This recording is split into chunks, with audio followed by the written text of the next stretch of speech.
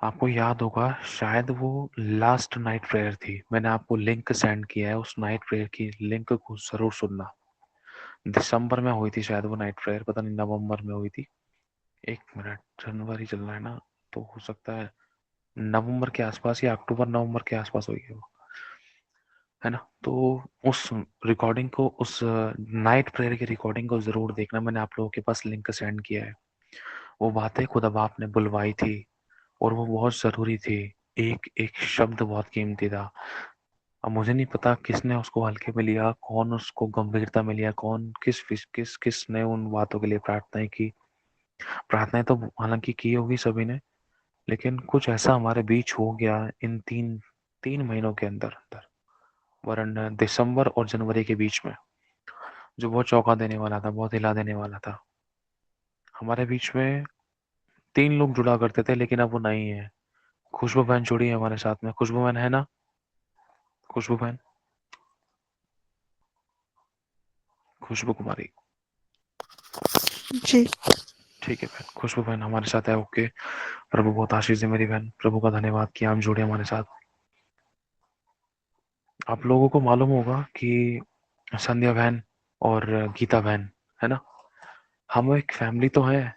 Very good, हम एक family तो है सतीश भाई, सतीश गुप्ता जी। हम एक फैमिली तो है, लेकिन फैमिली वाली बात हमारे बीच में से धीरे धीरे करके खत्म हो रही थी। इस चीज को मैंने नोटिस किया, क्योंकि जो चीज हम सोचते थे ना, याद है ना, उस रात को कुछ रात नहीं, अभी जो लास्ट मीटिंग हुई थी, उस मीटिंग में कुछ इंपॉर्टेंट बातें शेयर की गई थी। उस मीटिंग के बाद, पता नहीं उसके एक दो दिन बाद ही, कुछ ऐसा बड़ा धमाका हुआ जो बहुत हैरान कर देने वाला था। आपको याद है, उस दिन कुछ ऐसी बातें बोली थी कि पके पकाए पेड़ काट डाले गए थे। पके पकाए पेड़ काटने को लेकर, और मतलब जो बहुत परिपक्व है शिक्षा में, बहुत बहुत अच्छे तरीके से, इतना इतना ज्ञान है कि एक अच्छे वाले इंसान को उद्धार दिला सकते हैं, विश्वास में ला सकते हैं, प्रचार कर सकते हैं, उसके लिए प्रार्थना कर सकते हैं, उसके लिए प्रोफेसी कर सकते हैं, उसको शिक्षा दे सकते हैं, उसके भेदों को दिखा सकते हैं, उसके लिए डिसीजन मेकिंग कर सकते हैं। इतना सब कुछ एक विश्वासी को आता है। ऐसे ऐसे लोग, कहने कहने को देखो, बहुत बड़ी बड़ी बातें हुई थी कि हमें हमारे अंगों की अधीनता में रहना है, और एक बहुत जड़ परमेश्वर अभी हमारे बीच में प्रकट करेगा, क्योंकि ये लोगों के उठने का समय है और लोग इसी में चूक रहे थे। कहने को बड़े बड़े वायदे किए कि हमें हमारे अगुओं की अधीनता में रहना है, हमें यहाँ से बहुत आशीष मिली, यहाँ से हमने बहुत कुछ सीखा है, ये सीखा है, वो सीखा है, ऐसे बड़े वैसे बड़े, ये चमत्कार हो, वो काम हुआ, ये काम हुआ, है ना। हमने गवाहियां सुनी थी, बहुत सुनी थी। संध्या बहन के द्वारा सुनी हमने, गीता बहन के द्वारा सुनी, सिमरन बहन के द्वारा भी कई बातें सुनी हमने। बहुत कुछ परमेश्वर किसी को दर्शन दिखा रहा है, किसी को स्वप्न दिखा रहा है, किसी को कुछ बतला रहा है, किसी को कुछ दिखला रहा है, किसी को कुछ समझा रहा है। कई बार कुछ ऐसे दर्शन दे रहा है, कोई स्वप्न दे रहा है, कभी कुछ कर रहा है, कभी कुछ कर रहा है। कोई यीशु को देख रहा है, किसी ने प्रभु को महसूस किया, किसी ने प्रभु को देखा, प्रभु किसी के कमरे में है, कुछ ना कुछ उन लोगों ने महसूस किया, स्वर्गदूतों को देखा, बहुत कुछ परमेश्वर ने सबकी जिंदगी में काम किया। हालांकि जो भी मीटिंग के अंदर जुड़े हैं वो भी, मैं देखो एक विनती सभी से कर रहा हूँ। सबसे पहली बात, ये नाइट प्रेयर का टाइम है। नाइट प्रेयर में अगर लगता है कि कोई किसी बहन को, किसी का हस्बैंड इस समय रोकता है, या या किसी के घर में इस मीटिंग में जुड़ने को लेकर, नाइट प्रेयर में जुड़ने को लेकर अगर कोई रुकावट है, तो कोई दिक्कत नहीं है, आप लोग मीटिंग को ऑफ कर सकते हो, क्योंकि हमें अपने घर वाली आत्माएं भी जीतनी है। ठीक है, अगर आप बिना नाइट प्रेयर में जुड़े भी अगर आप प्रार्थना में बैठ जाओगे तो ठीक है, कोई दिक्कत नहीं है।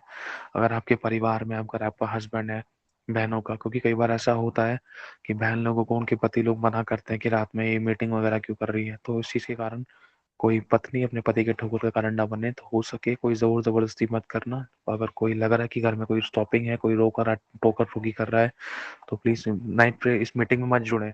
आप अकेले में वैसे ही नॉर्मल प्रार्थना करके अपनी जिम्मेदारी निभाकर आप, हाँ, प्रभु को पहला स्थान देकर, प्रभु के साथ समय बिताकर आराम से सो जाए, कोई दिक्कत नहीं है। सुबह धन्यवाद के साथ उठे।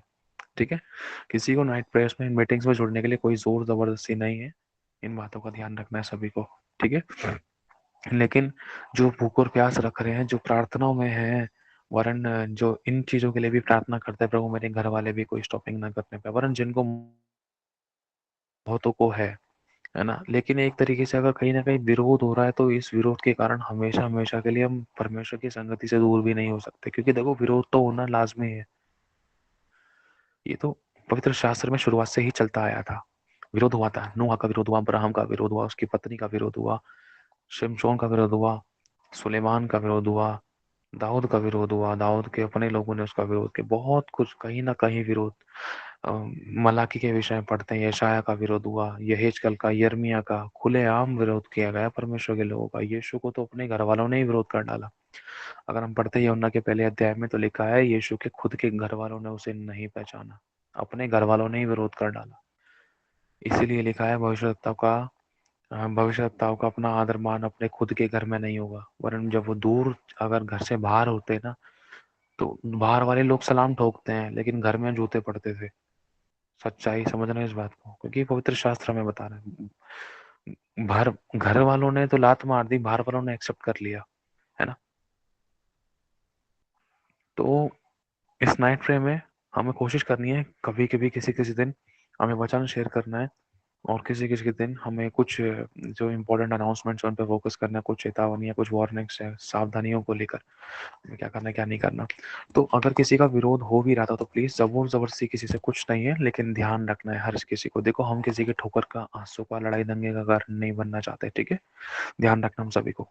जो बैठ सकते हैं वो बैठे, जो नहीं बैठ पा रहे कोई बात नहीं। वैसे ही ये रिकॉर्डिंग हो रही है, ये रिकॉर्डिंग यूट्यूब पे अपलोड कर दी जाएगी, और आप लोग यूट्यूब पे से देख सकते हैं, कोई प्रॉब्लम नहीं है, ठीक है। ध्यान रखना सभी, ये बात बार बार बतानी ना पड़े। हाँ, क्योंकि देखो ये चीज भी नहीं चाहिए कि पत्नी जबरदस्ती करके, हाँ भाई मेरे को आशीष पानी है, भाई मेरे को नाइट में बैठना है, ये छूटना है, ये सीखना है, वो सीखना है, पति गालियां बक रहा है, पति भूखा बैठा है, या बच्चे बोल रहे हैं मम्मी मीटिंग में जुड़ते रहते हो, सास बहू मन सास ससुर बोल रहे हैं, गालियां बक रहे हैं, ये सब चीज अगर फिर भी ये सब बातें होने के बाद भी एक पत्नी अगर, एक स्त्री अगर मीटिंग के अंदर जुड़ी हुई है, तो उसका मतलब वो ठोकर का कारण बन रही है उस समय, फिलहाल उस समय वो ठोकर का कारण बन रही है। क्योंकि उस समय अगर वो ये चीज ना करके वरना अपने फैमिली के साथ अपने अपनी जिम्मेदारी को निभाए, तो उस समय उन आत्माओं को जीतने के लिए उसको वहां पर अपनी फैमिली को देखना जरूरी है ना। अगर रोजाना ही यही गड़बड़ियां, रोजाना ही वो स्त्री मीटिंग में नहीं जुड़ रही है, रोज नहीं जुड़ रही है, अगर वो फैमिली में ही चिपक गई है, तो भी गड़बड़ी है ना। ये भी ध्यान रखना है, ये नहीं कि फैमिली में इतना चिपक जाओ कि प्रभु को बोल जाओ, ये भी शैतान का काम है, ये खुदा से दूर करना।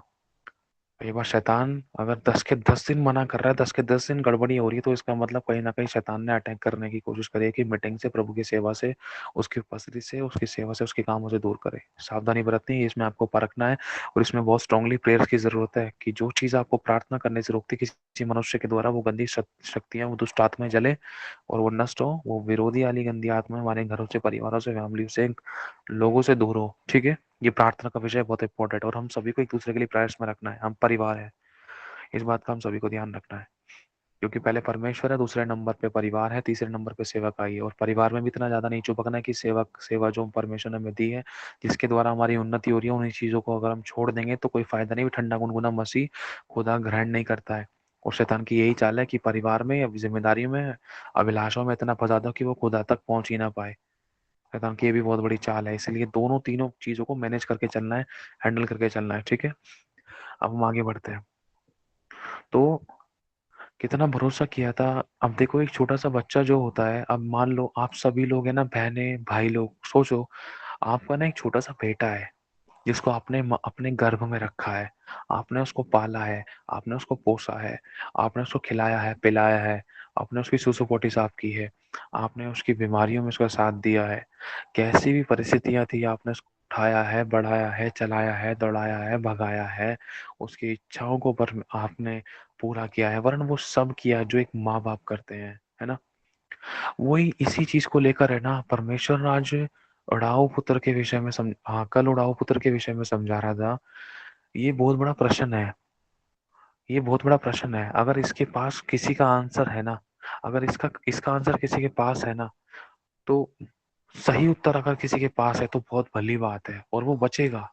लेकिन जिसके पास नहीं है, हो सकता है कि वो शायद गिरे, हो सकता है, इन बातों को लेकर जो बताई जा रही है, क्योंकि लिखा है कि इतना सावधानी से चलो कि ना गिरो, कोई तुम्हें किसी भी प्रकार से भरमाने ना पाए, कोई गिराने ना पाए, मेरी सी चाल चलो, मतलब प्रभु की सी चाल चलो।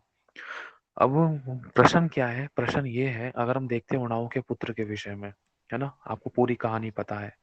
अगर हम देखते हैं ये अब क्या हुआ? कैरल मैन, अपना माइक बंद करो, ध्यान रखो इस बात का, बिल्कुल टॉपिक ना होने पाए, गड़बड़ी ना हो, ठीक है? हाँ, तो अब हम देखते हैं कि यीशु मसीह ने एक बात बोली थी, मेरे पिता, जो भेड़ें तूने मुझे सौंपी हैं वो तेरी हैं, और तेरे हाथ में से उन्हें कोई छीन नहीं सकता। ध्यान से सुनना, क्योंकि जब मैंने एक बहन से बात करी तो उस बहन ने कहा यहोवा मेरा चरवाहा है। देखना, इस प्रकाशन लोगों को सही नहीं है, इसी कारण वो भरमाए गए, अच्छे अच्छे लोग भरमाए गए। प्रकाशन सही ना होने के कारण उन लोगों ने ठोकर खाई, और बहुत कुछ प्रभु की आत्मा ने प्रकट किया। और आज जब जब कल सवेरे में सो के उठा, खुदा बाप ने मुझे स्वप्न दिया, मैंने संध्या और गीता को देखा था, और एक शब्द हुआ कि उनमें तो आत्मा ही नहीं है। मैं सच बता रहा हूँ आप लोगों को, लिखा है दिन बुरे हैं। सिर्फ मेरे को एक शब्द हुआ, मैंने संध्या और गीता की शक्ल देखी, और ऐसा हुआ कि एक शब्द हुआ कि उनमें तो आत्मा ही नहीं है। ये छोटी बात नहीं है, ये बहुत भयानक बात है। खुदा दया करे, उनके पाप क्षमा करे, उनके परिवारों पर दया करे, उनकी फैमिलीज पर दया करे, अनुग्रह करे। पता है क्या यीशु ने कहा था? जिस थाली में उन्होंने खाया, जिस थाली में उसने खाया, उसने मुझ पर लात उठाई। यीशु ने कहा था ना यहूदा के विषय में, है ना? अगर हम वचन पढ़ते हैं, मैं किसी पर दोष नहीं लगा रहा, लेकिन जो बातें मैं वो बतलाना चाह रहा हूँ आप लोगों को, शैतान किस तरीके से घुमाने की कोशिश करता है, बहुत ज्यादा जरूरी है वचनों से अपने आप को भरना। मैं कह रहा हूँ, अगर वचनों से अपने आप को पूरी रीति से नहीं भरा तो शैतान को चुटकी नहीं लगेगी भरमाने में। और मुझे नहीं पता आप कैसी जगहों से जुड़े हो, कैसी कलीसिया से जुड़े हो, क्या शिक्षा आपके पास है, कितना आपको आता, कितना नहीं आता, लेकिन जो बातें बतलाई जा रही ना, खुदा की आत्माएं जो आप लोगों को सिखला रही है, इनको पकड़ लेना, इसके अनुसार चलने का निर्णय करना, बिना सोचे समझे कभी डिसीजन मत लेना, कभी कोई चुनाव मत करना। और एक और चीज, जहां पर एक विश्वासी अधीनता को खो देता है ना, ध्यान रखना, वो अपने बढ़ने को खो देता है, वो उन्नति को खो देता है। जहां पर एक विश्वासी अधीनता को खो देता है ना, समझ लो एक गाड़ी के अंदर से स्टीयरिंग हटाने वाली बात थी ये। समझ आ रहा है आप लोगों को? बहुत गहरी चीज है, या गाड़ी के अंदर से ब्रेक हटाने वाली बात।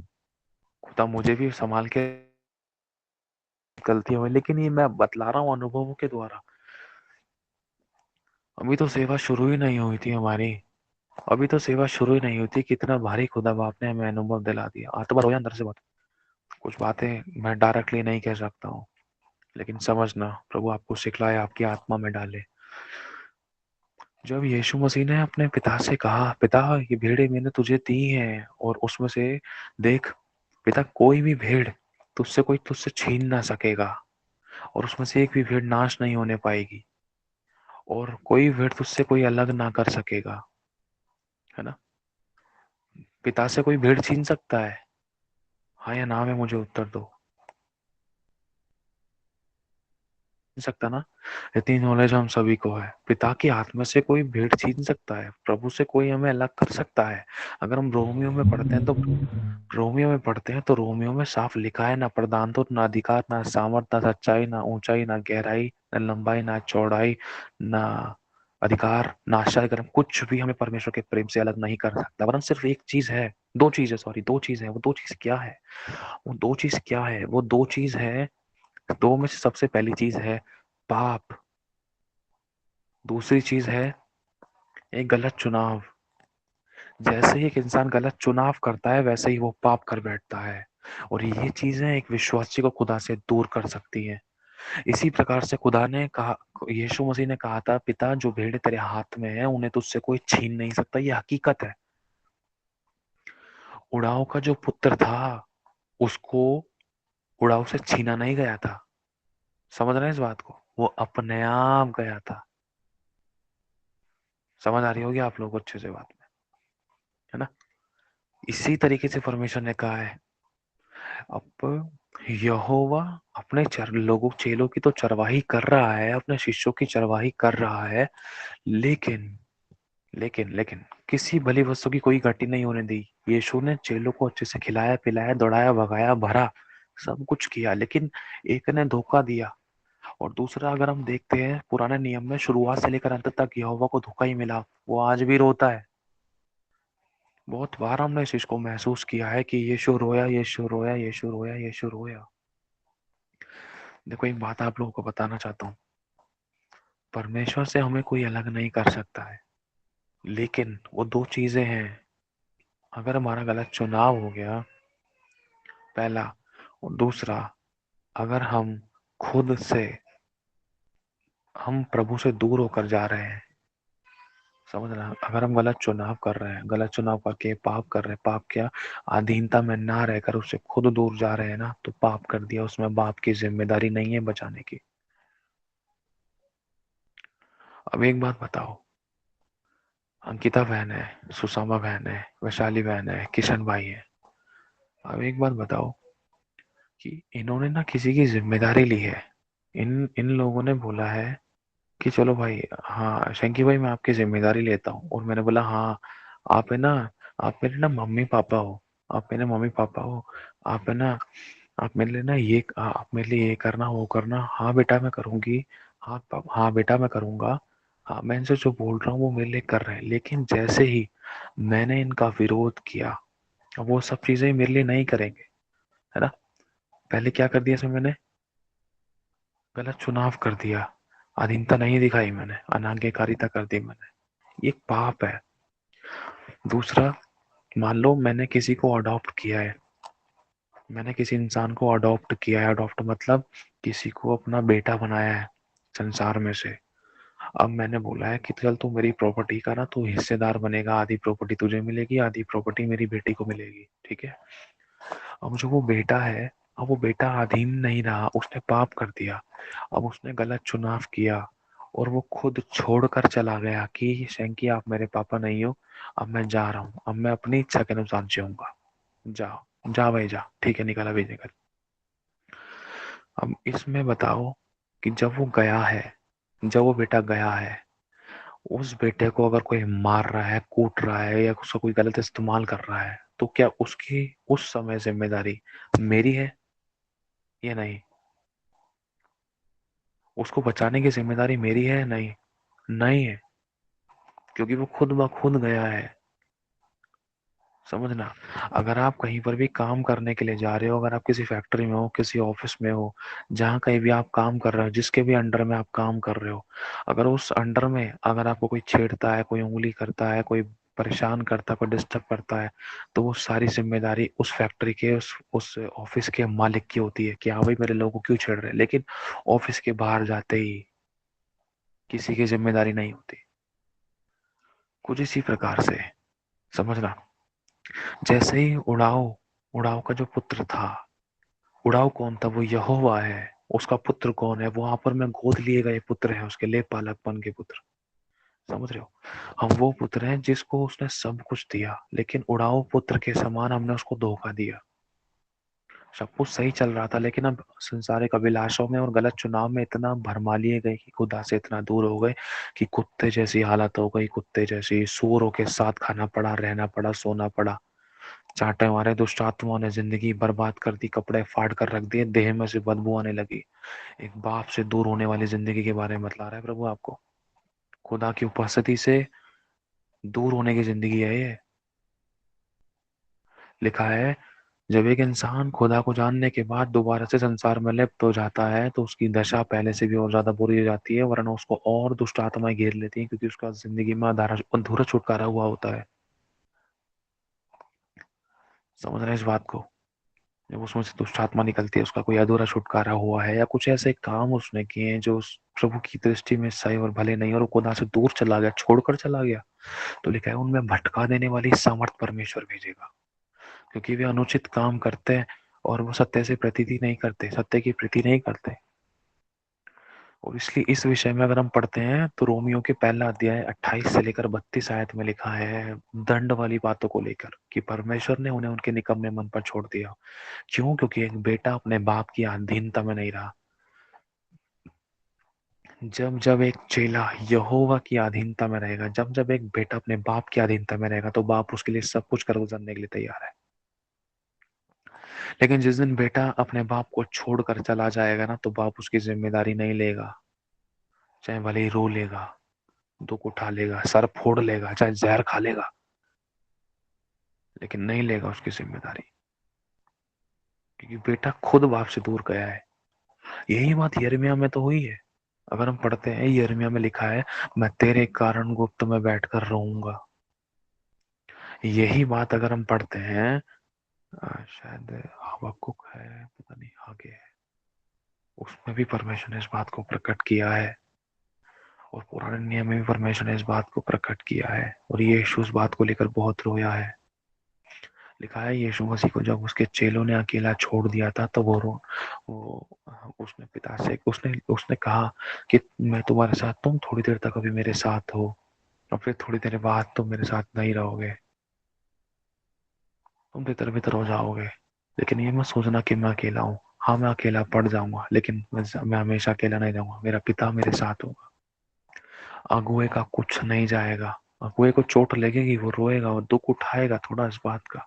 क्यों? क्योंकि उसने पाल पोस कर बड़ा किया है अपने चेले को, एक बेटे को, उसको समय समय खाना दिया है, उसको भूखा नहीं होने दिया, प्यासा नहीं होने दिया। कई कई बार उसकी परीक्षाएं हुई, लेकिन उस बाप ने हाथ और साथ नहीं छोड़ा। समझना है ना? अब सबको तैयार करने वाला यहोवा है, वो मनुष्य को इस्तेमाल करता है। जैसे मान लो सुसामा बहन है, अब मैं हूँ, अब मुझे परमेश्वर हमारे अगुओं के द्वारा तैयार करता है, और कई बार हमें दूसरे विश्वासियों के द्वारा, कई बार हमें बच्चों के द्वारा, कई बार हमें डायरेक्टली परमेश्वर तैयार करता है, सिखलाता है। कई बार हमें दूसरी चर्चेस के द्वारा, दूसरे पास्टर्स के द्वारा हमें शिक्षा देता है, सिखलाता है, तैयार करता है ना। इसमें तैयार तो परमेश्वर ही कर रहा है ना हमें, वो यहोवा ही कर रहा है ना। यहोवा को पता है, प्रभु यीशु को पता है कि मुझे किस चीज की जरूरत है उसमें बढ़ने के लिए, तो मुझे सब दे रहा है। अगर एंड टाइम पर मैं अगर उसको धोखा, अगर एंड टाइम पर मैं अपने दासों की आधीन, अपने प्रभु के दासों की अधीनता में ना रहा, तो इसका मतलब मैं प्रभु की अधीनता में नहीं रहा, मैंने प्रभु के दासों का दिल दुखाया, उनके साथ बेवफाई करी, तो मैंने प्रभु के साथ मैंने विश्वासघात किया। समझना इस बात को। क्यों? क्योंकि जब एक विश्वासी अपने दास की अधीनता में नहीं रह सकता ना, चाहे वो कितने भी बड़े वरदान पाले, कितने भी बड़े दान पाले, जब तक वो एक अधिकार के नीचे नहीं है ना, वो बढ़ नहीं सकता। एलिया के ना बहुत सारे चेले थे, भविष्यवक्ता थे, लेकिन उसमें से एक चेला ऐसा था जो उसके हाथ पैर धुलाता था, उसके कपड़े धोता था। एलिया गंभीर था, एलिया डांटता था, फटकारता था, है ना। किसको? वो एलीशा था। वैशाली बहन ने सही कहा, वो एलीशा था। अगर हम एलीशा के बारे में पढ़ते हैं, एलीशा जैसे ही एलिया स्वर्ग पर उठाए जाने पर था, तो एलीशा ने क्या किया? एलीशा ने कहा, मेरे तेरे जीवन की शपथ, मैं तुझे नहीं छोड़ने का। अब एलिया ने कहा, नहीं मुझे छोड़ दे, मुझे यरदन पार जाना है, गिलगाल जाना है, पता नहीं क्या, गिलाद पर्वत की तरफ, ऐसी कुछ बोला था, है ना। मुझे यहाँ जाना है, वहां जाना है, तो मेरे को छोड़ दे, यहीं ठहरा रहा है। तो लेकिन एलीशा कह रहा है, नहीं मैं तुझे नहीं छोड़ूंगा। जब पहली बार रोकने की कोशिश करी एलीशा को एलिया ने, तो यहीं ठहरा रहा है कि मेरे पीछे मत जा। तो एलीशा ने कहा, नहीं, तेरा और यहोवा के जीवन की, तेरे जीवन की शपथ, मैं तुझे कभी नहीं छोड़ने का, है ना। अब ऐसा कहकर जब वो आगे बढ़ने लगा, तो लिखा है, भविष्य वक्ताओं के बहुत सारे चेले, भविष्य वक्ता थे वो, भविष्य वक्ताओं के चेले, कुछ भविष्य वक्ता थे, वो उसको रोक रहे थे एलीशा को कि मत जा, मत जा, भरमा रहे थे, भरमा रहे थे। क्यों? जब एक विश्वासी एक बड़े पद को पाने वाला होता, जब एक चेला बड़े पद को पाने वाला होता, दुगने सामर्थ, दुगने अभिषेक, दुगनी ताकत, भरपूरी, और उस परिपूर्णता को, उस डिलीवरेंस को, उस छुटकारे को, उस बड़ी सेवा को, उस बड़े उद्धार को, उस बड़ी पदवी को जब पाने वाला होता है ना, उससे पहले एक बहुत बड़ी टेस्टिंग होती है, और उस टेस्टिंग में सिर्फ एलीशा ही पास हुआ। और एलीशा की टेस्टिंग के समय में ना, खुद भविष्यवक्ता लोग ही भरमा रहे थे। ये वचन में साफ लिखा है, अगर आप पढ़ो तो। यही कुछ ऐसा होता है आज विश्वासियों के साथ। शैतान तीन बातों से बहुत ज्यादा नफरत करता है, आप लोगों को पता ही। सबसे पहला, हर एक पति पत्नी के अच्छे रिश्ते से, जैसे आदम और हवा के समय में उसको पसंद नहीं आया रिलेशनशिप। दूसरा, माँ के गर्भ में पल रहे बच्चे से, है ना। माँ के घर में पल रहे बच्चे से। और तीसरे नंबर पे एक वो सेवक जिसका अभिषेक होने वाला है या जिसका अभिषेक हो चुका है, नफरत करता है वो, नफरत। क्योंकि ये चीज उस शैतान के राज्य को उजाड़ने के लिए तैयारी होती है। कैसे? अगर एक पति पत्नी के बीच में प्यार है ना, तो उसके द्वारा एक अच्छा जनन होगा, उसके द्वारा एक अच्छा अभिषेक तैयार होगा। जब वो अभिषेक आएगा तो परमेश्वर का सेवक कहलाएगा। जब वो सेवा करेगा तो शैतान का राज्य उजाड़ दिया जाएगा। इसीलिए बहुत से हस्बैंड वाइफ के बीच में मिलाप, प्यार प्रेम नहीं आने देता शैतान। उनके बीच में डिवोर्स कलेश लेकर आता है, या गर्भपात को लेकर आता है, या व्यभिचार को लेकर आता है, या एक्स्ट्रा अफेयर्स को लेकर आता है। और यही चीज है ना, पाप की संतान, ये चीज ट्रांसफर होती है। फिर जो संतान उत्पन्न होने को होती है ना, वो संतान पाप से भर जाती है, व्यभिचार से भर जाती है, श्रापों से भर जाती है। अब देख लो, दाऊद ने जो राहाब जो वैश्या थी, राहाब ने जो व्यभिचार किया, वो वैश्या थी, नाम ही वैश्या था उसका, राहाब वैश्या थी। अब सोचो उसकी चौथी पता नहीं कौन सी पीढ़ी में दाऊद उत्पन्न हुआ था। सोचो दाऊद ने भी व्यभिचार कर दिया। जैसे ही दाऊद ने व्यभिचार किया, उसकी संतान भी व्यभिचार निकले। कैसे? अगर हम पढ़ते हैं, उसके बेटों ने आपस में व्यभिचार कर दिया, बेटों ने बेटियों के साथ व्यभिचार कर दिया था। और दाऊद ने वहां पर गलती की थी, अपने बच्चों को शिक्षा देनी चाहिए, तो उसने अपने बच्चों को सही शिक्षा नहीं दी।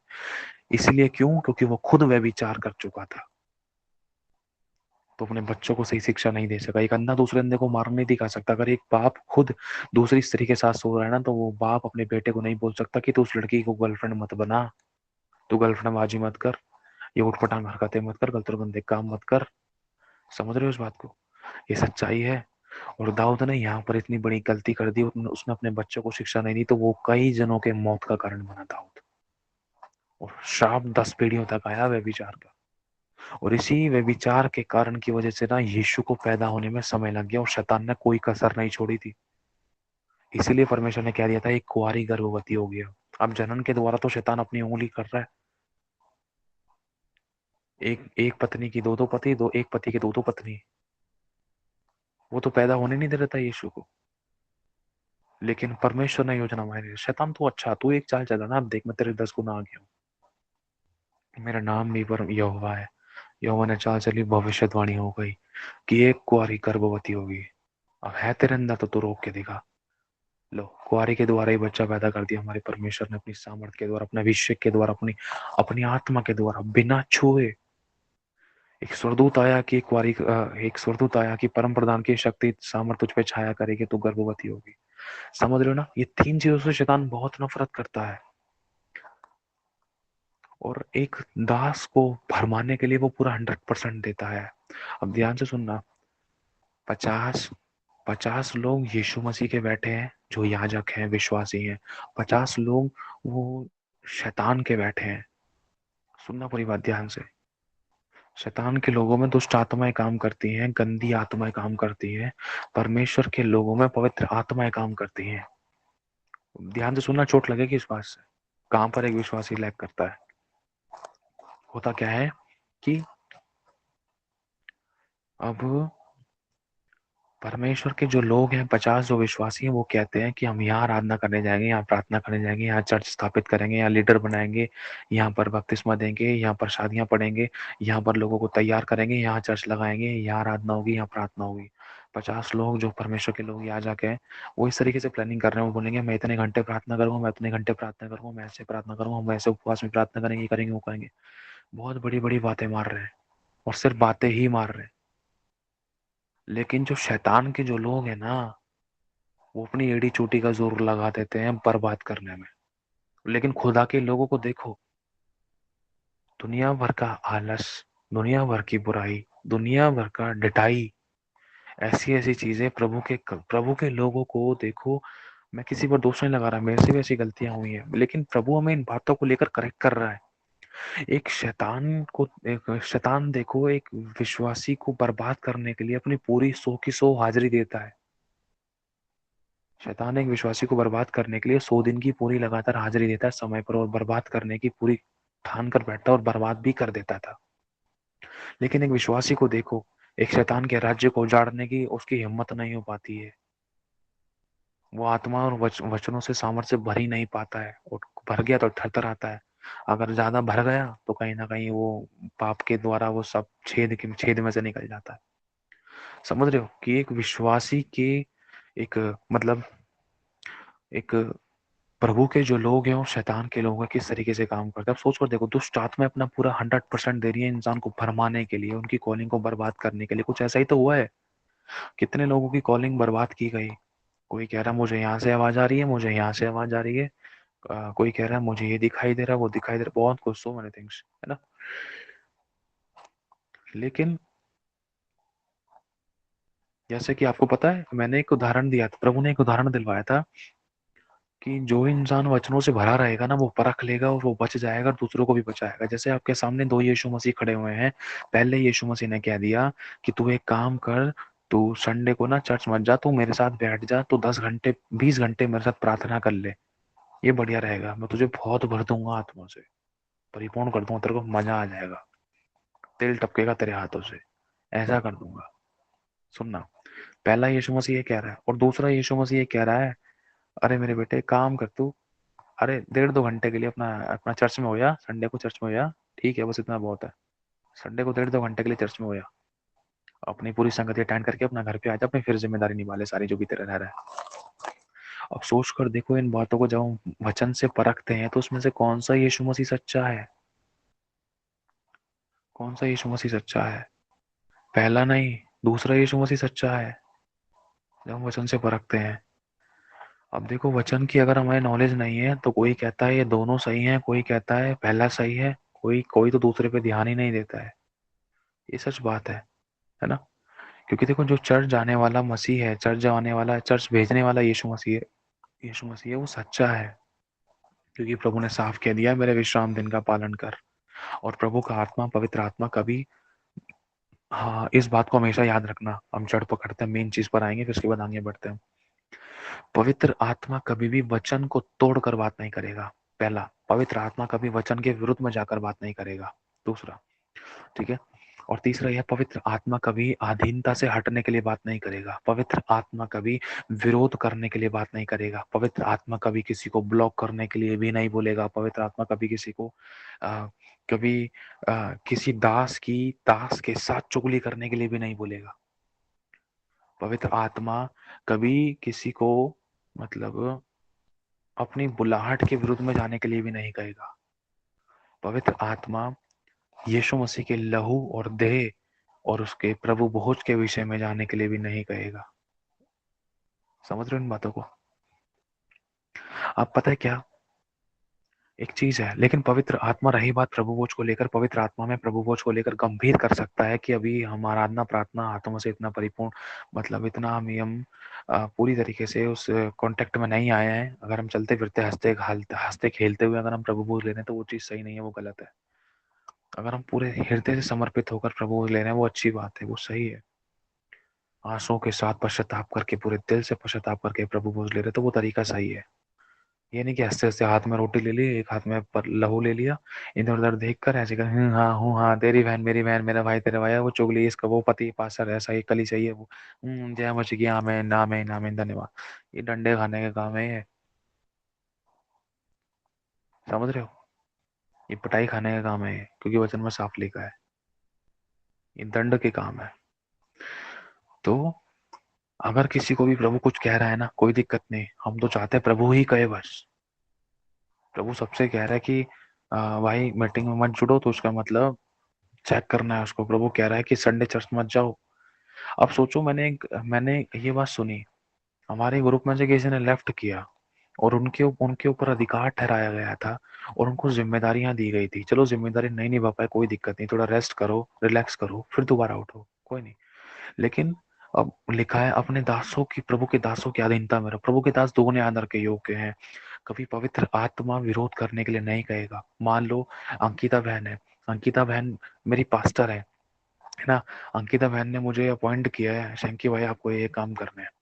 मैंने कहा ठीक है, अब मैं कर रहा हूँ, मैं कह रहा हूँ 100% मेरे फेल हो गया था, मैं नहीं कर पाया, तो मुझे अंकिता बहन को बताना चाहिए, मैं नहीं कर पा रहा, नहीं कर पा रही, ठीक है। अंकिता बहन ने बोल दिया ओके नहीं कर पा रहे, ठीक है। फिर भी मुझे अधीनता में रहना जरूरी है। अगर मैं अधीनता में ना रहकर अगर मैंने अंकिता बहन को ब्लॉक कर दिया, या अंकिता बहन को मैंने अपने रास्ते से हटा दिया, अंकिता बहन से बात करना ही बंद कर दिया, अंकिता बहन को छोड़ ही दिया, वरन मुंह मोड़ लिया, वरन ऐसा 36 का आंकड़ा बना लिया कि अंकिता बहन मेरी दुश्मन है। सुनना पूरी बात, ये अंकिता बहन के द्वारा मैं गिर रहा था, या अंकिता बहन ऐसे ऐसे मन में विचार आने लगे कि अंकिता बहन मेरी जिंदगी में एक विरोधी है, या विरोधी नहीं, या अंकिता बहन मेरी जिंदगी में एक ऐसी व्यक्ति है जिसके कारण मैं नहीं बढ़ पा रहा था, चाहे वो अच्छा है चाहे वो बुरा है ना। आप सोच कर देखो क्या ये बातें प्रभु की ओर से है। अब अब मान लो ऐसी बात, जैसे आपको पता है मैंने पुरानी एक गवाही दी थी, मेरी वाइफ को मेरे परिवार में से, हमारे परिवार वालों ने, मतलब मेरी वाइफ को उसी की फैमिली वालों में से किसी ने ब्लॉक कर दिया था, वो विश्वास में नहीं थे। तो अगर मेरी वाइफ भी उसको ब्लॉक कर देती उसी समय, तो क्या ये प्रभु का गुण होता? नहीं होता। ये विरोध के बदले विरोध, ब्लॉक के बदले ब्लॉक, चांटा के बदले चांटा, गाली के बदले गाली वाली बात है। और नए नियम में लिखा है कि उसने गाली के बदले गाली नहीं दी, चांटे के बदले चांटा नहीं किया, बुराई के बदले बुराई नहीं की। और मेरी वाइफ ने ब्लॉक के बदले ब्लॉक नहीं किया, इसीलिए मेरी वाइफ ने अनब्लॉक किया। लेकिन आंसू बहाए उस बात के लिए, प्रभु देख इस बहन ने मुझे ब्लॉक कर दिया, मेरे दोस्त ने मुझे ब्लॉक किया था, हमने आंसू बहाए, हम रोए उस बात को लेकर, प्रभु देख हम तो सही होने के बाद भी इन्होंने मुझे गालियां बकी, इन्होंने मुझे ब्लॉक किया। अगर हम भी उनके समान बनते ना, अगर हम भी उनके समान होते, अगर हम भी उनके समान कार्य करते ना मेरे भाई और मेरी बहनों, तो हमारे अंदर प्रभु का प्रेम प्रकट नहीं हो सकता। और यही सही समय होता है प्रभु के प्रेम को प्रकट करने का, ताकि लोग हमें जाने कि हम मसीह के चेले हैं, ताकि लोग जाने कि हाँ इनका मसीह कितना अच्छा है और भला है। देखो कितनी गालियां बक दी, कितनी बुराई कर दी इस बहन की, इस बहन के साथ कितना गलत व्यवहार कर दिया, इस भाई के साथ कितना गलत व्यवहार कर दिया, इसको ब्लॉक कर दिया, लेकिन फिर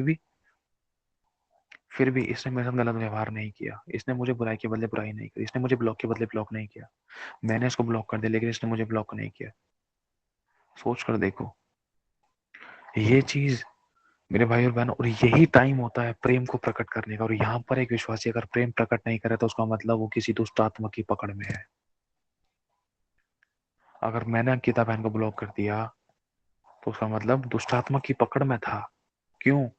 क्योंकि अंकिता मेरी, हमारे अगुए हैं, अंकिता मेरी पास्टर है, चाहे वो कितनी भी बुरी है। लिखा है कि प्रभु के दास यदि वे कुटिल भी हों तो भी तो उनकी अधीनता में रहे। अगर मैं अंकिता की अधीनता में नहीं रह पा रहा तो मैं चाहे 636 चर्च से बदल लूं, तो मैं उनकी भी अधीनता में नहीं रह सकता।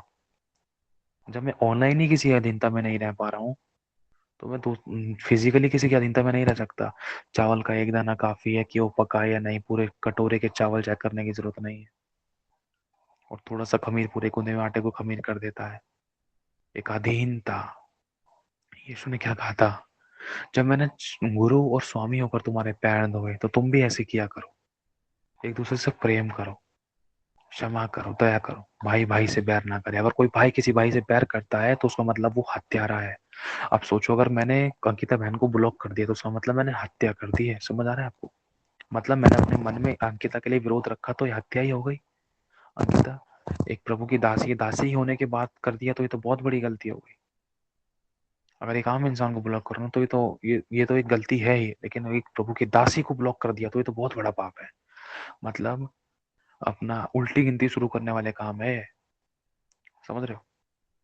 चाहे भले ही बात नहीं करनी, बात मत करो, कोई दिक्कत नहीं, पश्चाताप करना, पश्चाताप करके माफी मांगकर एक दूसरे से मेल मिलाप करके बात बात मत करो, फालतू की बातें मत करो, या डिस्टेंस क्रिएट कर लो, कोई दिक्कत नहीं। लेकिन ब्लॉक करना, विरोध करना, या कुछ गलत कदम उठाना, क्या ये प्रभु की ओर से है? नहीं ना। सोच कर देखो। इसलिए हमें सावधान होने की बहुत ज्यादा जरूरत है। कुछ बातें हल्की हल्की खोल के आपके सामने लेकर आए हैं, कुछ कुछ बातें हल्की हल्की वैसे हैं, शैलो है, ठीक है। तो आप लोगों को समझना है कि जो भी डिसीजन मेकिंग आपके सामने, हमारी जिंदगी में, हमें हमारे सामने किसी की जिंदगी में हो रही है, सोच समझ कर करना है, सोच समझ कर चुनाव कर रहे हैं। और मैं फिर से एक बात और कह रहा हूँ, मान लो सुसामा बहन है, बहुत आत्मा से भरकर प्रार्थना कर रही है, आराधना कर रही है। मान लो शंकी भाई है इस ग्रुप के अंदर जुड़ा हुआ है, बहुत आत्मा से, अभिषेक से, वरदान उदानों के साथ, ये हो जाए वो हो जाए, ये है वो है, खतरनाक तरीके से अन्य भाषा गैर भाषा आराधना प्रार्थना, सो मैनी थिंग्स कर रहे हैं। मजा आ रहा है, आनंद आ रहा है, आपको प्रभु छू रहा है, भर रहा है, दुष्ट आत्मा निकल रही है। लेकिन आपको सुसामा बहन और शंकी पर भरोसा नहीं रखना है, उनकी ओर ताकना नहीं है, उनको पहाड़ नहीं बनाना है, उनको मूर्ति नहीं बनाना है, उनको ज्यादा सर पे नहीं चढ़ाना है। ध्यान रखना, क्योंकि वो पके पकाए पेड़ हैं और चुने हुए हैं, और उन्हीं को सबसे ज्यादा डर है, क्योंकि लिखा है यीशु ने यही कहा था, सावधान कि कोई तुम्हें भरमाने ना पाए, कहीं ऐसा ना हो कि वो कहीं चुने हुए को ना भरमा दे। सिंपल भेड़ों से कोई मतलब नहीं है शैतान को, चुने हुए, जहां वो प्रभु का बहुत बड़ा दास है। समझ रहे हो? तो बस यही कहना चाह रहा हूँ, कोई मनुष्य बुरा नहीं, लेकिन सावधानी बरतनी है। अरे आप लोग उठो, आप अपनी आत्मा में जागृत हो, आपके अंदर प्रभु का आत्मा है, आपके अंदर बहुत कुछ परमेश्वर ने भर रखा है। जो अधिकार शैतान ने उत्पत्ति के समय में चुराए थे, वो सब कुछ परमेश्वर ने, ये सब कुछ यीशु मसीह ने शैतान को सर को कुचलकर उससे अधोलोक से वो सारी कुंजियां, वो सारी ब्लेसिंग, वो सारे छुटकारे की चाबियां परमेश्वर ने लाकर तुम्हें और मुझे दे दी है। जो शैतान ने हमारा छीना था, वो सब कुछ प्रभु ने हमारे हाथ में कर दिया है ना। प्रभु की महिमा हो, प्रभु की तारीफ हो। बस मैं फिर से कहना चाह रहा हूँ, किसी भी शिक्षाओं में घुसने से पहले, अब पता है शैतान ने जड़ को पकड़ा था, शैतान ने जड़ को पकड़ा था। अब जगह जगह हमने इन बातों को सुनने में आया था, बहुत सी जगह देखा है, जो बहुत कई सालों से प्रभु में है। मैं फिर से इस बात को कह रहा हूँ, प्रभु में थे, बहुत अच्छी शिक्षाएं चल रही थी उनकी, बहुत वरदानों में, आत्मा में दर्शन देखते थे, स्वप्न देखते थे, प्रभु बात करता था, पवित्र आत्मा का दान पाए हुए थे, बपतिस्मा लिए हुए थे, सही चल रहे थे। लेकिन शैतान ने उनको ऐसा भरमा दिया कि जो 8-10 साल से उनको सिखाया जा रहा है, वो उनको पूरी तरीके से समझ नहीं आया, उसको नहीं पकड़ सके। लेकिन शैतान ने बस 1 मिनट के लिए, सिर्फ एक कॉल करके, एक फोन करके, या हमने सामने थोड़ी देर के लिए मिलकर बात करके, ऐसे ही मीठी पट्टी पड़ा दी कि वो 10 साल का सिखलाया हुआ कूड़ा कर दिया। शैतान ने ऐसे कान में चूचू घुसेड़ दिए, ऐसे कान में जू रेंगने लगे, ऐसे कान में ऐसी बातें मीठी मीठी कीले घुसेड़ दी कि बस वो दिमाग में जाकर ऐसे ठुक गई थी कि भाई यही वाला सही है। अगर ये सही है तो पहले का दुष्टात्मा के कब्जे में थे तुम, पहले का दुष्टात्मा काम करता था। अगर अब पवित्र आत्मा काम कर रहा है, अगर ये बंदा, ये बहन पवित्र आत्मा के बारे में अगर अब बता रही है, तो पहले तेरे अंदर कौन सा आत्मा काम करता था, जो 8-10 साल से तू बहुत बहुत परमेश्वर के वचनों में, प्रकाशनों में तू बहुत भरा हुआ था, बहुत बड़े बड़े काम हो रहे थे। पहले तो बहुत आराधनाएं प्रार्थनाएं करता था, करती थी, बहुत बड़े बड़े चमत्कार होते थे, बहुत बड़े बड़े डिलीवरेंस होते थे। पहले पवित्र आत्मा के काम नहीं थे क्या, जो अब तुझे पवित्र आत्मा के काम लग रहे हैं? पहले किसी और की आवाज सुनाई देती थी क्या, या जो अब तुझे अब तुझे ये वाली आवाज सुनाई दे रही है? समझ रहे हो इस बात को? मैं किसी पर दोष नहीं लगा रहा, लेकिन ये बहुत सावधानी वाली बातें हैं। मेरे पास ऐसे कॉल्स आए हैं, मुझे भरमाने के लिए कॉल्स आए हैं। कुछ कॉल्स ऐसे आए हैं, परमेश्वर की महिमा हो, लेकिन खुदा बाप ने उनकी चाल को उन्हीं पर उल्टा दिया। लोग थक गए, उनके मुंह बंद हो गए, बोल नहीं सके वो कुछ। जब खुदा बाप ने उनसे क्वेश्चन पूछना शुरू किया, मुझे ऐसे शब्द दिए परमेश्वर ने, बोलती बंद हो गई इन लोगों की। कई लोगों से मैं फिजिकली मिला, कई लोगों को मैंने समझाने की कोशिश करी, लेकिन शैतान ने उनके हृदय को जलते हुए तीर से भेदा था। जो भेड़े परमेश्वर की ओर से नहीं है ना, उनको जाना ही है। ध्यान रखना इन बातों का। लेकिन प्रभु सभी से प्यार करता है, दुष्ट के मरने से भी वो प्रसन्न नहीं होता। लेकिन कुछ बस उड़ाव के पुत्र के समान है ना, चुनाव है। हो सकता है, क्योंकि देखो, ऐसा मैं ऐसा समझता हूँ, ये ऐसा भी है, सच है। लेकिन सब कुछ अधीनता के द्वारा होता तो बहुत बढ़िया रहता है। क्या ऐसा, जैसे मान लो कोई विश्वासी है, वो हमारे अंडर में है, या हम परमेश्वर के दासों के अंडर में है। हमारे अगुओं के साथ क्या हुआ था, हमारे अगुओं को जब 5 साल हो गए थे उनके अगुओं के साथ में, हमारे अगुओं को अपने अगुओं के साथ जब 5 साल हो गए थे ना, तो हमारे अगुओं से प्रभु ने बात की थी कि देख, मैं तुझे 5 साल होते के साथ ही तेरे अगुओं से मैं तुझे हटाऊंगा, दूर करूंगा, तेरी अलग से सेवा शुरू करूंगा। वो प्रभु की आवाज थी, समझना। इसी प्रकार से शैतान की भी आवाज आती है, मैं तुझे अलग करूंगा। कैसे? जो प्रभु की ओर से होगी वो अधीनता में होकर होगी। मान लो अंकिता को मेरे पास 5 साल हो चुके हैं, शैंकी ब्रदर के पास। अब मान लो अंकिता अंकिता एक बहुत अच्छे से, बहुत तगड़ी अभिषेक और बहुत सामर्थ्य चेली बन चुकी है, यीशु मसीह की आत्मा से परिपूर्ण हो चुकी है। अब अब पवित्र आत्मा इसको बोल रहा है, अंकिता अब मैं तेरी अलग से सेवा शुरू करूंगा। तो अंकिता बोलती है ठीक है प्रभु। अब अंकिता इस बात को लेकर मुझे बतलाती है, ब्रदर शैंकी, मुझे प्रभु ने ऐसे ऐसे कहा है, क्या ये सच है, क्या ऐसा है? और इसको प्लीज प्रार्थना में रखना, प्रभु से पूछना क्या ये प्रभु की आवाज है, क्या ये प्रभु की ओर से मुझे ऐसी आवाज आई है, ऐसा लगा है। पूरी बात ध्यान से सुनना। प्रभु भी ऐसे बात करता है, शैतान भी ऐसे ही बात करता है, सेम। कोई भी इसमें फर्क नहीं है। बहुत से लोग भरमा लिए गए हैं, बहुत से लोगों ने कलीसियाओं को तोड़ दिया, अपने पास्टर्स की कलीसियाओं में से अपने अपने अपनी कलीसिया में भेड़े इकट्ठी कर ली, चलो आओ हमारे पास आओ। कुछ ब्लैक एंड व्हाइट मैजिक होते हैं, दुष्ट आत्मा को विश्वासी की जिंदगी शरीर में भेज देना, फिर उन दुष्ट आत्मा को दोबारा निकालना, ये सच्चाई है। ताकि लोग अगल बगल के चमत्कार देखकर विश्वास करे और उद्धार मतलब और भीड़ बढ़े। सच बतला रहा हूँ, आजकल का टाइम चल रहा था ये भरमाने वाली आत्माएं हैं सारी। तो अब अंकिता बहन ने मेरे पास आके बोला, शैंकी ब्रदर मेरे पास है ना एक आवाज आई है, मुझे वचन दिया, मुझे दर्शन हुआ है, मुझे ऐसा ऐसा हुआ है, क्या ये प्रभु की ओर से, प्लीज इसके लिए प्रार्थना में रखना। मेरे को ऐसी आवाज आई शैंकी ब्रदर कि 5 साल होते कि साथ ही मैं तुझे उठाऊंगा, और ब्रदर शैंकी मेरे को 5 साल हो चुके हैं, 1 महीना हो चुका है, तो मैं क्या करूँ, क्या ये बात प्रभु की ओर से है या नहीं। अब अंकिता बहन मेरे पास आती है इन चीजों को लेकर, तो मैं इन चीजों के लिए प्रभु से प्रार्थना में रखता हूँ, प्रभु से पूछता हूँ, क्या प्रभु ये तेरी इच्छा है कि तेरी बेटी अंकिता को हमसे थोड़ा सा हमसे अलग करके सेवा देना, क्या ये तेरी इच्छा है, क्या तू इसको अलग से बढ़ाना चाहता है। अगर मैं चीज को प्रार्थना में रखूं तो ये एक तरीके से अधीनता वाली बात है। ये बात प्रभु की ओर से है, ये बात प्रभु की ओर से है, ये अधीनता वाली बात है। क्यों? क्योंकि अंकिता हमारे पास इस चीज को लेकर पूछने के लिए आई है, अधीनता में रहकर। इसने ये बात हमसे शेयर करी, ये नहीं कि इसने ये बात अपने अंदर रखी और झट से कलीसिया से दूर, झट से पास्टर का नंबर ब्लॉक, झट से पास्टर से दूर, झट से मेरे से दूर, झट से कोई संपर्क नहीं, कोई कनेक्शन नहीं, कोई कांटेक्ट नहीं। वरन इसने मेरी भेड़ों को कॉल कर करके भी अपनी भेड़े बना लिया। मैं एक उदाहरण बता रहा हूँ आप लोगों को, समझ रहे हो। अंकिता अगर सारी बातों को मेरे साथ, हाँ वेरी गुड, ये घमंड वाली बात थी, ये इसका उठने का टाइम था। अब इसके उठने के टाइम पर शैतान ने उसको एक रोटी दी जो उसकी जरूरत थी, इसको सपने दिखाए, मैं तुझे पास्टर बनाऊंगा, बड़े स्टेज पे ले जाऊंगा, ये करूंगा वो करूंगा।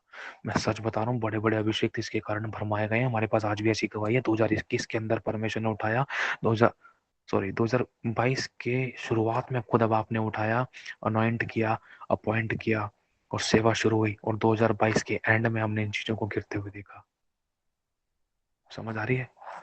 जीवित गवाहियां है मेरे पास आज भी, सच बतला रहा हूँ। शैतान कैसे धोखा देता है। अब मान लो अब दो लोग हैं, मैं उदाहरण देता हूँ, एक तरफ अंकिता है, एक तरफ वैशाली है। फिलहाल अभी मेरे को हाँ 4 8 जने दिखाई दे रहे हैं मेरे को, उसमें से मैं 2 नाम लेता हूँ फिलहाल, एक उदाहरण के तौर पर आपको समझाने के लिए। ये बहुत जरूरी शिक्षाएं हैं आप लोगों के लिए। अब बुरा मत मानना आप लोग, ठीक है। अंकिता बहन दोनों विश्वासी है, दोनों को मेरे पास 5 साल हो चुके हैं, और मैं प्रभु का दास हूँ, और मैंने उदाहरण के तौर पर समझना, ठीक है। सभी लोग, मेरे को बहुत बड़ी पदवी मिली है, मैं सब बहुत अच्छा पास्टर हूँ, और मैंने तुम्हें बहुत अच्छे तरीके से तैयार कर दिया। 5 साल तुम्हें पूरे हो गए, दोनों बहनों को, दोनों बहनें इकट्ठी आई थी, अंकिता और वैशाली। तो अब होता क्या है कि अंकिता को एक सपना आता है, अंकिता को दर्शन दिखाई देता है, अंकिता को कानों में आवाज आती है। यही चीज वैशाली के साथ होती है। वैशाली को सपना आता है, वैशाली को कान में आवाज आती है, वैशाली को सपना दिखाई देता है, वैशाली को दर्शन दिखाई देता है। ये 3 चीज वैशाली के साथ होती है, ये 3 चीज अंकिता अंकिता के साथ होती है। लेकिन सेम यही चीज, सेम आवाज, सेम वचन, सेम दर्शन, सेम स्वप्न, दोनों को दिखाई दिया है ना। अब इसमें से अंकिता मेरे पास आके बोल रही है, शंकी ब्रदर ऐसी ऐसी बात है, देखो मेरे को ऐसा दर्शन स्वप्न आया है, मुझे ऐसी आवाज आई है, और मुझे ये वचन मिला है, ऐसा ऐसा हुआ है, प्रभु ने, ये क्या प्रभु की आवाज है, प्रभु ने कहा है क्या। मेरे को शांति भी लग रही है, मेरे को अच्छा भी लग रहा है। तो ये सब चीजों को लेकर अंकिता बहन ने मुझसे बोला, शंकी ब्रदर मुझे प्लीज बताओ ना, क्या है प्रभु की ओर से, देखो मैं भटकना नहीं चाहती, मेरे को तो आपकी अधीनता में रहना, क्योंकि प्रभु ने कहा है कि अपने अगुओं की, मेरे दासों की अधीनता में रहो। परमेश्वर के दास दुगने आदर के समान है, और उनको धोखा नहीं देना, विश्वास योग्य रहना मेरे साथ आखिरी सांस तक, क्योंकि परमेश्वर विश्वासियों को नहीं वरन विश्वास योग्य को लेने के लिए आ रहा है ना।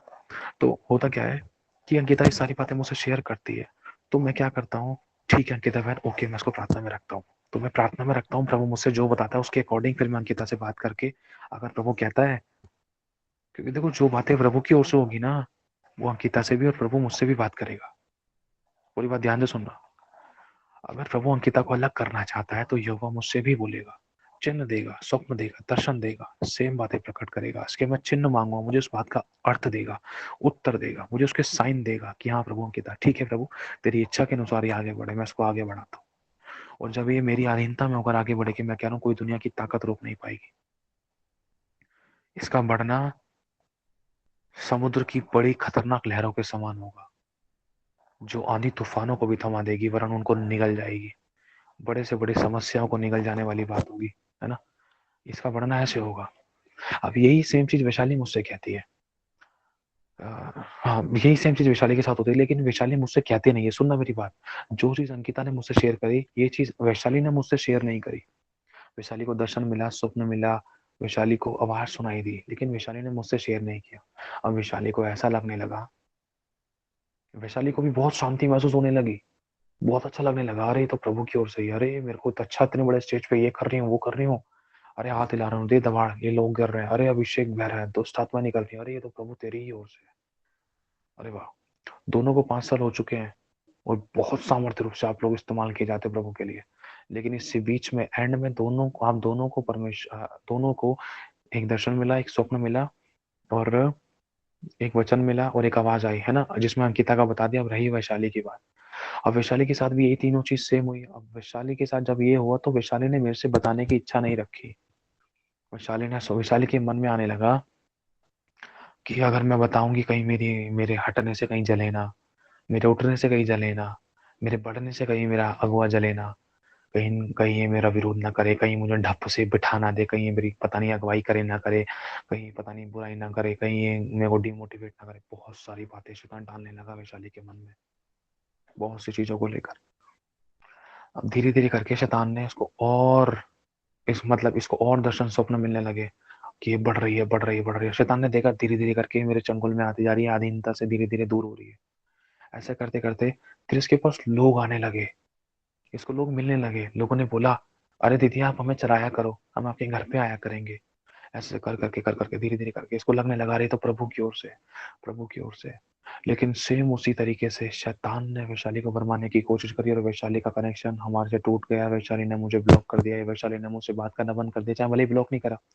वैशाली ने मुझसे बात करना बंद कर दिया, वैशाली ने चर्च आना से मेरे हमारे चर्च आना बंद कर दिया, वैशाली ने अपने घर पे संगति शुरू कर दी। और जब मैं वैशाली को फोन करके पूछता हूँ, वैशाली बहन आप चर्च में क्यों नहीं आ रहे हो, वैशाली बोलती है, प्रभु ने मुझसे बात करी है, अब मैंने घर पे संगति शुरू कर दी है। अच्छा, ठीक है, तो अब नहीं आएगी वैशाली? नहीं नहीं, अब मुश्किल हो पाएगा, देखो संगति शुरू हो चुकी है, अब नहीं आ पाऊंगी। ठीक है। अब इसमें पता है क्या होता है, मैं सच्ची बतला रहा हूँ आप लोगों को। अब जिस इंसान ने परमेश्वर की अधीनता नहीं रखी, वो शुरुआत में बढ़ रहा है, शैतान उसको बहुत बढ़ा रहा है, फ्लरिश कर रहा है, ब्लेस कर रहा है। शैतान उसको अपनी शांति दे रहा है, सारी जरूरतें पूरी हो रही है। समझना, जैसे उसने शिमशोन, दाऊद, सुलेमान, सुलेमान और दाऊद के शारीरिक जरूरतें पूरी करी थी, और हनन्याह, सफेरा, और भी बहुत सारे परमेश्वर के सेवकों को लेकर उस शैतान ने उनकी बहुत सी जरूरतें पूरी करी, उनके टेस्ट पूरे करे, उनकी जरूरतें पूरी करी, उनके तन मन धन की सारी जरूरतें पूरी करी। क्योंकि शैतान वही चीज लेकर यीशु के सामने आया था कि देख, ये सब कुछ मुझे दिया गया है, तू मुझे धन्यवाद करे, ये सब कुछ मैं तुझे दे दूंगा, राजपाट, अधिकार, प्रधानताएं, हकीम बनना। और यही सारी चीज, यही एक स्पिरिट, लूसीफर का घमंड वाली बात उस एक विश्वासी के अंदर आ गई, जो प्रभु के दास की अधीनता में नहीं रह पाया। और शुरुआत में वो बढ़ने लगा, उसको लगा वो प्रभु की ओर से है, और खुदा बाप कहीं ना कहीं अंदर ही अंदर रो रहा था। क्यों? क्योंकि पवित्र आत्मा कभी विरोध में जाकर नहीं कहेगा, अगर कहा भी है तो उस बात को प्रभु के बड़े दास के मन में प्रकट करेगा। अगर ये बात प्रभु की ओर से है तो ये बात आपस में शेयर की जाएगी, इसके लिए प्रार्थना की जाएगी। अगर ये प्रभु की ओर से नहीं है तो मन में ही घमंड या सेपरेशन आने लगेगा, और इसके ऊपर इंसान फिर काम करने लगेगा, झटके से सब कुछ बदल जाएगा। फिर अपनी ही कलीसिया का बोर्ड, अपनी ही कलीसिया का कार्ड बन जाएगा, एक चर्च का नाम लिख जाएगा घर के बाहर, पास्टर फलाना फलाना, रेवरेंड फलाना फलाना, प्रॉफिट, अपोस्टल फलाना फलाना, है ना। धीरे धीरे करके फिर झट से वो बढ़ेंगे। अब वो, जब उनकी जिंदगी में बड़े तूफान और आंधी आते हैं ना, तो वो संभल नहीं पाते। क्यों? क्योंकि उनका उठाने वाला परमेश्वर नहीं है। लेकिन अंकिता की ज़िंदगी में इतने खतरनाक तूफ़ान आए जो दूसरे विश्वासी की ज़िंदगी में नहीं आए। बड़े भारी तूफ़ान अंकिता की ज़िंदगी में आए, लेकिन अंकिता का बाल विवाह का नहीं कर सके। क्यों? क्योंकि अंकिता का उठाने वाला स्वयं परमेश्वर है। जब तू जल में होकर जाए तो पानी तुझे ना डुबा सकेगा, जब तू आग में होकर चले तो तुझे आँच ना लगेगी, क्योंकि तेरा अच्छा और बड़ा प्रतिफल मैं हूँ, मैं तुझे भेजता हूँ, आगे बढ़। समझ रहे हो ना? यही चीज़ अनंत के दिनों में शैतान बहुत से चेलों को कर भरमा रहा है, जिनको पदवी मिलने जा रही है, जो पास्टर बनने जा रहे हैं, जो बड़े-बड़ी सेवा करने जा रहे हैं, उनको पहले से ही ऐसे ऊट-पटांग दर्शन मिल रहे थे। ये सच्चाई है, मैं सच बतला रहा हूँ आप लोगों को। लग सकता है किसी को शायद है, ऐसे कैसे बोल रहे हो भाई? अनुभव है, बहुत सारे परमेश्वर ने दूसरों के द्वारा अनुभव दिलाए हैं, बहुत सी चीज़ें हमने सीखी हैं। ये बातें ना, ये वो हैं जो इंसान ठोकर खाने के बाद सीखता है। ये बातें वो हैं जो इंसान ठोकर खाने के बाद उठ नहीं पाया, ज़िंदगी खत्म।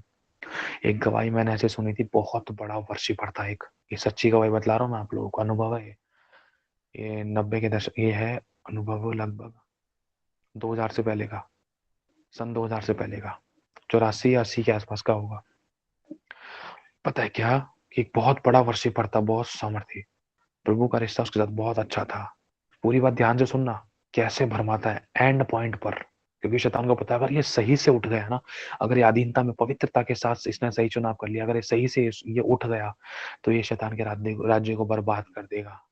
इसलिए शैतान उसको गिराने के लिए, उसी के अनुसार चाल चलता है कि ये परमेश्वर के राज्य को तो ना बढ़ाए, वरन मेरे राज्य को बढ़ाए।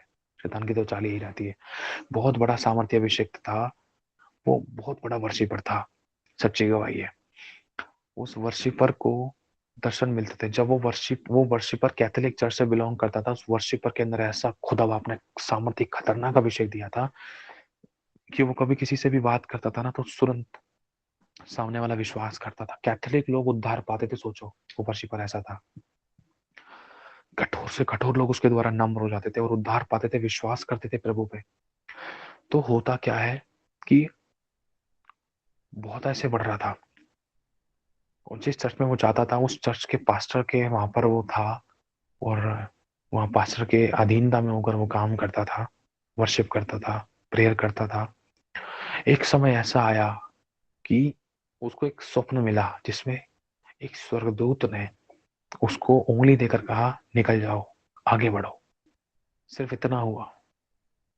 उस शैतान ने उसके मन में इतनी सारी बातें डाल दी कि क्या कहते हैं, तू आगे बढ़, प्रचार करना शुरू कर। क्योंकि वो वर्शिपर है ना, जॉब भी करता था, गवर्नमेंट जॉब करता था, और वो चाहता था कि मैं फुल टाइम पूरी तरीके से मिनिस्ट्री करूँ, और शैतान ने उसको उसी चीज को लेकर भरमा दिया। हुआ क्या, जब उसको ये सपना मिला, उसको लगा कि ये तो प्रभु का स्वर्गदूत मेरे सपने में आया, चलो मैं अपने पास्टर को बताता हूँ। पास्टर जी, मेरे को ना एक सपना आया था, प्रभु मुझे फुल टाइम मिनिस्ट्री में आने के लिए कह रहा है। प्रभु कह रहा है, अब जो आपको छोड़ दे, अब तू मेरे पास आ जा, अब तो पूरी तरीके से मेरी सेवा कर। तो प्रभु का दास कहता है, नहीं, अभी तो मुझे ऐसी कोई अगुवाई नहीं हुई है, मुझे तो नहीं लग रहा है, अभी तुम्हें शायद धीरज और धरना चाहिए। अभी मुझे ऐसा नहीं लग रहा है, अभी तुम्हारा समय नहीं आया है। प्रभु के उस बहुत आत्मा से भरे हुए दास ने कहा, अभी तुम्हारा समय नहीं आया है, अभी तुम थोड़ा धीरज धरो। लेकिन वो लड़का पता है क्या कह रहा, अपने अपने प्रभु के दास की अधीनता में ना रहकर वरन ये कहने लगा, नहीं नहीं, तुम तो मुझे बढ़ना ही नहीं देखना चाहते। मतलब ऐसे कुछ कहने लगा कि नहीं नहीं नहीं, प्रभु तो मुझे कह रहा, प्रभु ने मुझसे बात की है, प्रभु ने मुझे दर्शन दिया है। तो प्रभु के दास पूछते हैं कि तुम कौन सा दर्शन दिया, मुझे बताओ एक बार। तो उस दर्शन में जो स्वर्गदूत था, तो उन्होंने पूछा स्वर्गदूत कैसा दिखता था। तो उस वर्शिपर ने बताया, स्वर्गदूत का मुंह नहीं था। इसका मतलब वो शैतान था। क्योंकि लिखा है, शैतान भी ज्योतिर्मय स्वर्गदूत का रूप धारण करके इंसान को भरमाने के लिए आ सकता है। और यही चीज हुई, जब प्रभु के दास ने उस स्वप्न का अर्थ बताया, तो वो वर्शिपर है ना, विरोध में हो गया कि नहीं, मुझे बढ़ते हुए देखना नहीं चाहते, ऐसी कुछ लेकर। तो फिर ऐसी कर करके बाहर फिर कुछ दिनों बाद है ना, उसने चर्च आना बंद कर दिया। अपने घर पे ही उसने सेवा शुरू कर दी। मतलब अपनी तरफ से ही उसने कोई चर्च खोला, कोई चर्च सेवा शुरू कर दी। चर्च में लगभग 400 के आसपास कुछ लोग आने लगे। 400 पता नहीं 40 ऐसे कुछ लोग आने लगे। बढ़ता गया, बहुत बड़ा, बड़े-बड़े काम होने लगे, चमत्कार होने लगे। लेकिन कुछ समय बाद, कुछ दिन बाद, कुछ कुछ महीने बाद शायद, ऐसा हुआ कि शैतान ने उसके चर्च में ऐसा काम किया कि उसके उस शैतान ने उस वर्शिपर को ऐसा भरमाया कि उसके द्वारा किसी के ऊपर क्रोध हो गया, किसी के चांटा मार दिया और कलीसिया में सब बातों ने कलीसिया के सब लोगों ने ये सारी बातें देख ली और कलीसिया के लोग धीरे-धीरे करके सब चले गए और दोबारा उन्होंने आना बंद कर दिया। और फिर उसके बाद होता क्या है कि वो जो वर्शिपर था, वो अपनी पत्नी के साथ, अपने बच्चे के साथ सेवा करता था। धीरे-धीरे करके सब लोग जाने लगे तो वो अकेला रह गया। जब वो अकेला रह गया, तो वो नशे करने लगा, वो शराब पीने लगा, वो पियक्कड़ बन गया। फिर उसके बाद सड़कों पे गिरने पड़ने लगा। लोग उसके द्वारा लोगों ने ठोकर खाई और क्योंकि वो सेवा परमेश्वर की ओर से नहीं थी और उसको शैतान ने भरमाया और उसको 40 साल की उम्र भी शायद उसकी पूरी नहीं होती, इससे पहले वो मर गया। ये होता है शैतान का दर्शन। ये सच्ची गवाही मैं बतला रहा हूँ आप लोगों को। शैतान भी सेवा बढ़ाता है, शैतान भी लोगों को बेचता है, शैतान भी अभिषेक देता है, शैतान भी चमत्कार करता है, क्योंकि प्रकाशित वाक्य हमें बतलाता है, नए नियम का मती अध्याय में मती 24 हमें बताता है। समझ रहे हो ना? ये सारी बातें प्रभु का आत्मा में सिखलाता है, बतलाता है। लेकिन बात यह है कि अपने आप को वचन की अधिकाई से जो भर लेगा ना, वो इनको परख लेगा। जो नहीं भरेगा वो भरमाया और गिराया जाएगा। इसलिए लिखा है, दिन बुरे हैं, सावधान। शैतान गरजने वाले सिंह के समान तुम्हारे द्वार के बाहर खड़ा है कि कब किसको फाड़ खाए। हालेलुया। तो ये बातें बताना जरूरी है, क्योंकि ऐसा बहुतों के साथ हुआ है। बहुतों का उठना भी परमेश्वर की ओर से नहीं है। प्रभु बहुतों को भी तैयार कर रहा है। प्रभु धीरज धरना सिखा रहा है, लेकिन बहुत से लोग धीरज नहीं धर पा रहे। वो उतावली जाते हैं, वो चाहते हैं झट से हो जाए, पलक झपकते ही हो जाए, पलक झपकते ही हम बढ़ जाए, पलक झपकते ही हमारे हाथ में माइक आ जाए। लेकिन ऐसी चीज के भाव में शैतान को पता है कि इसकी जरूरत है, इसकी इच्छा है, तो उसी चीज को लेकर सामने आता है और उन्हीं बातों को लेकर ऐसा भरमाता है कि इसको उतना ऊंचाई से गिराता है कि वो दोबारा उठ नहीं पाता। ये सच्चाई है, सच्चे अनुभव आपके सामने शेयर किया। अभी हम प्रार्थना में चलेंगे।